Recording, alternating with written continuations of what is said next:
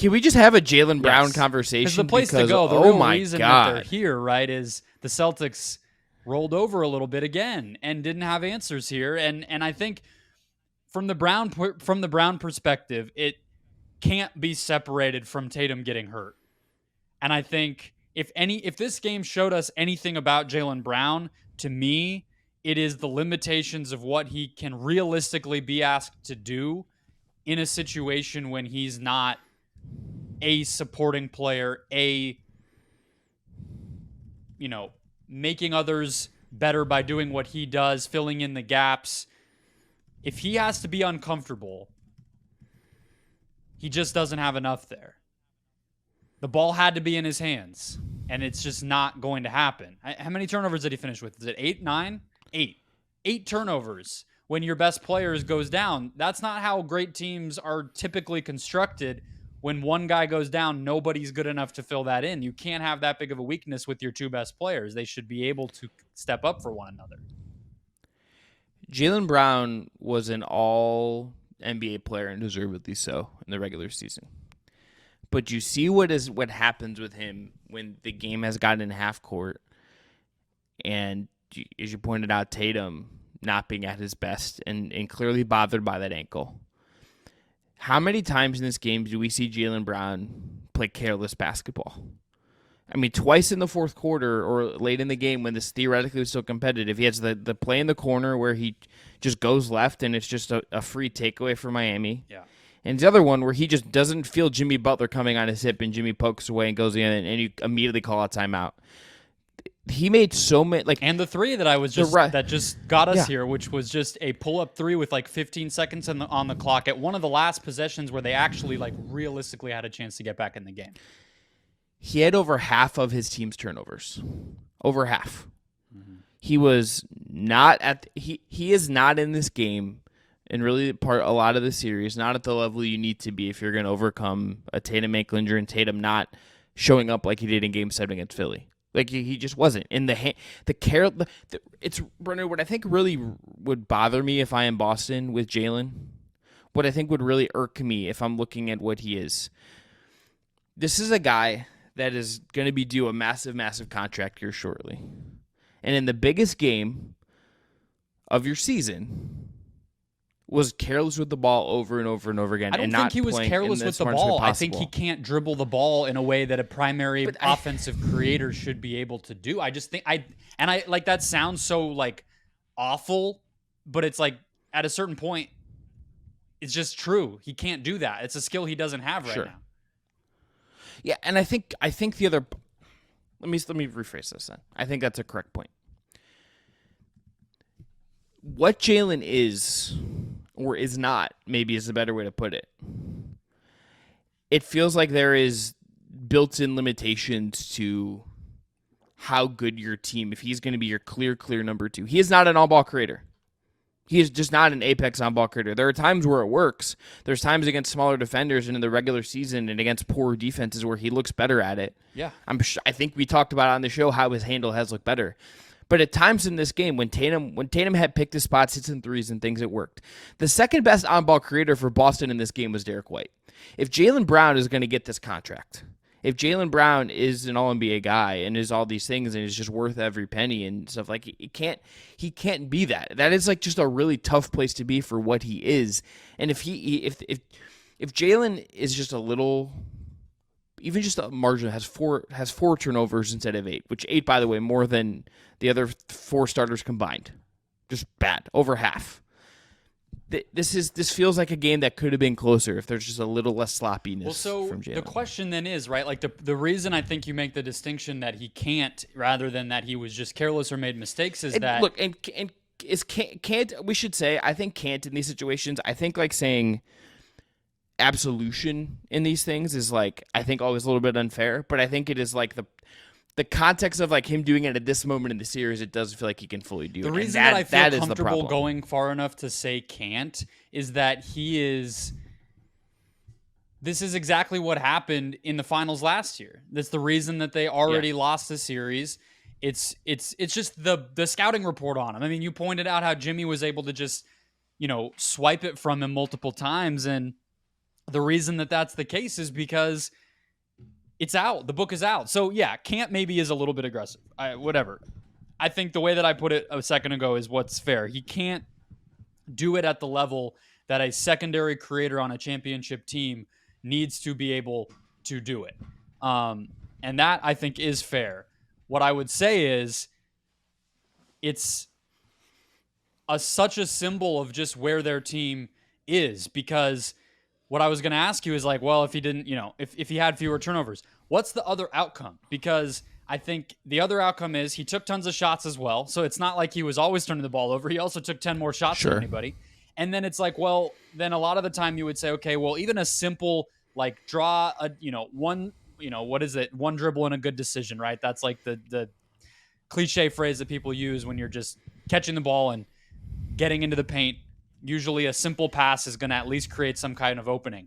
Well, even if we imagine a world where he's able to do that consistently, well, then their shooters are going to be the ones getting those shots. And that is a weakness of their team, is how reliant they already are on threes and how streaky their shooters can sometimes be and how much they leave themselves open to, did our threes go in?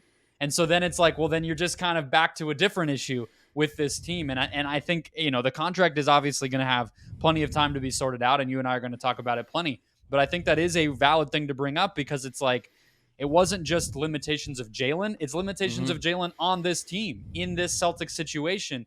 Is he balancing and giving you enough to complement what else is already there and complement Tatum? And I think this game with Tatum so hobbled and him not able to do that is just like the perfect encapsulation of why it's just not possible. Like, he had that one lob to Robert Williams at one point, I think in the third quarter. And I was like, damn it. Like, just, if you could just do that consistently, like that would be a perfect example of what you're talking about, of like, if he could just turn some of those into just something like 5-10% more beneficial to the team. But that's why I just feel like it's like can't, because it's like, well, you've been in the league for so long. If you could do it, you'd be doing it in a spot like this. Yeah. No, I think that is correct. We will do a Celtics autopsy at some point, because I think this is obviously a very pivotal summer for them. Any other Game 7 thoughts, Brendon, before we move on to the finals? The series as a whole, to me, was very just hard to predict, kind of all over the place. I didn't feel like there was a point where you texted me like, I think this is over.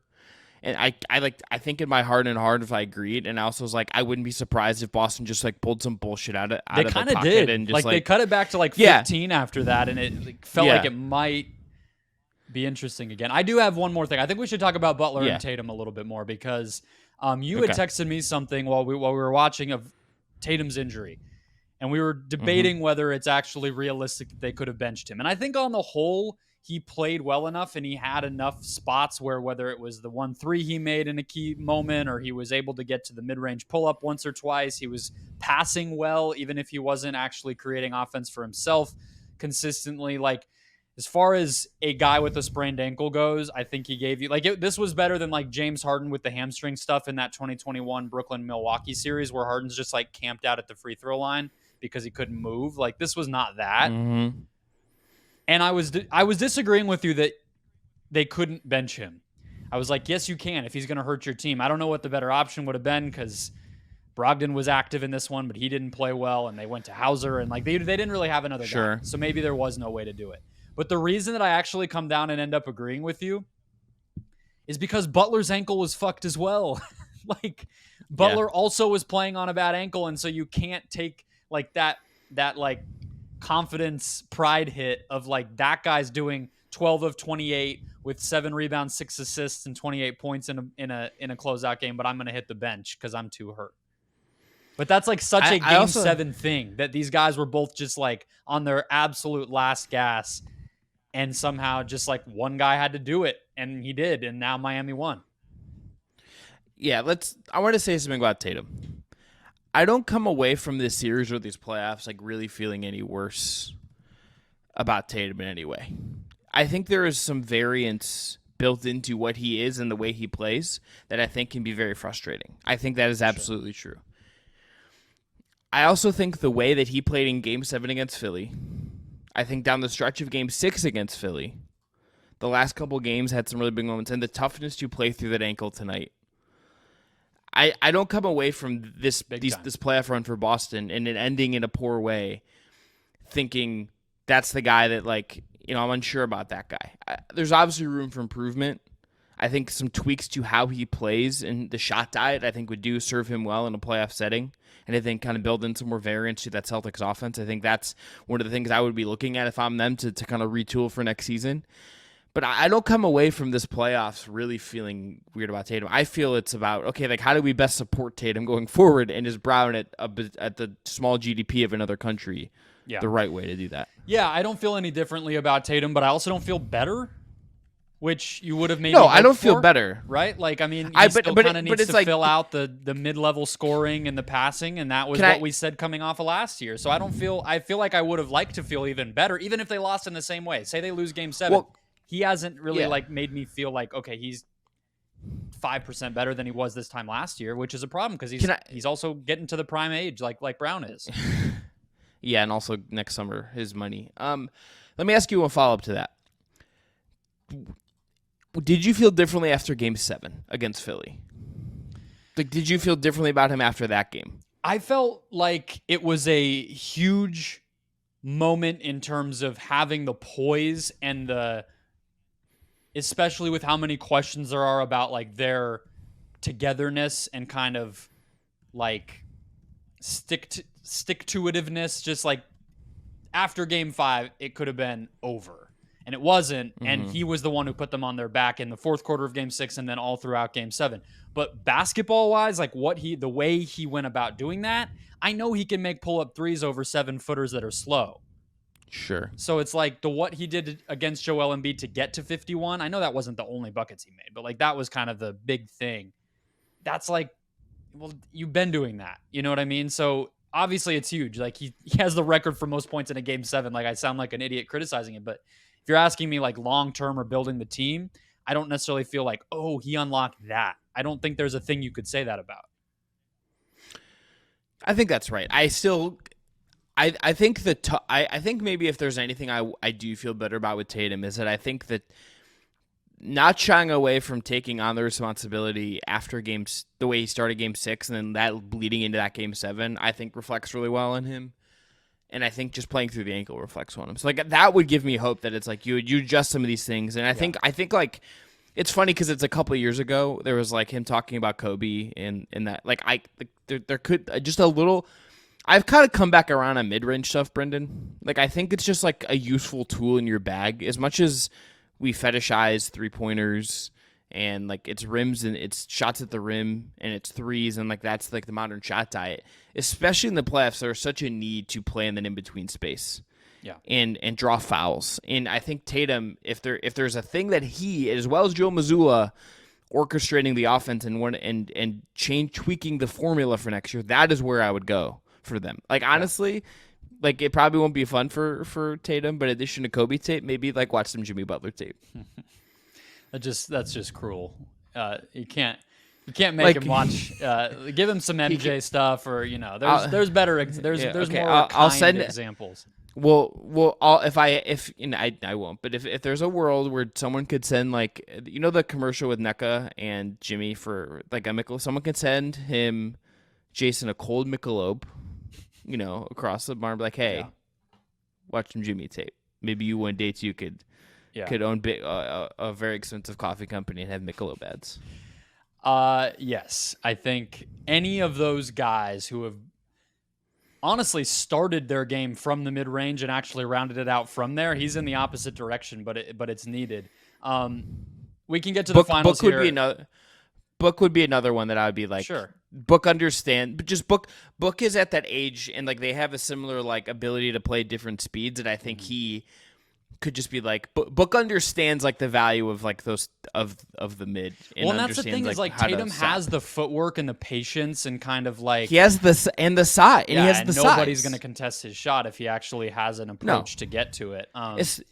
Especially if they hunt switches and do the thing that teams do, which is like, hey, can we get a guard on him? And even if it's like a bulkier guard, he's big enough to pull up over those guys. Exactly. Imagine him at like the extended post against Gabe Vincent in this series. But that's just like not something they could do. If they're going to post up a mismatch, it has to be Horford or Smart, because those are the only guys who actually have that game to them. But the last thing I was going to say here on the Celtics and just this game 7, because Derek White for a moment felt like he was going to be the savior again, and then you look at his box score and it's actually just sort of ordinary. But yeah, the way he's been able to help this team since they traded for him at the deadline last year should really be like it should show the Celtics front office the value of legitimate, like, connective, real guards. You know what I mean? Not Brogdon, not Smart, but more guys like White. I'm not saying you have to trade those other 2 guys. I mean, I know it's easier said than done. Those are very good players, but that should be a lesson, that when White plays so well, they really look like a different team. That should carry over for them as they're building out their roster.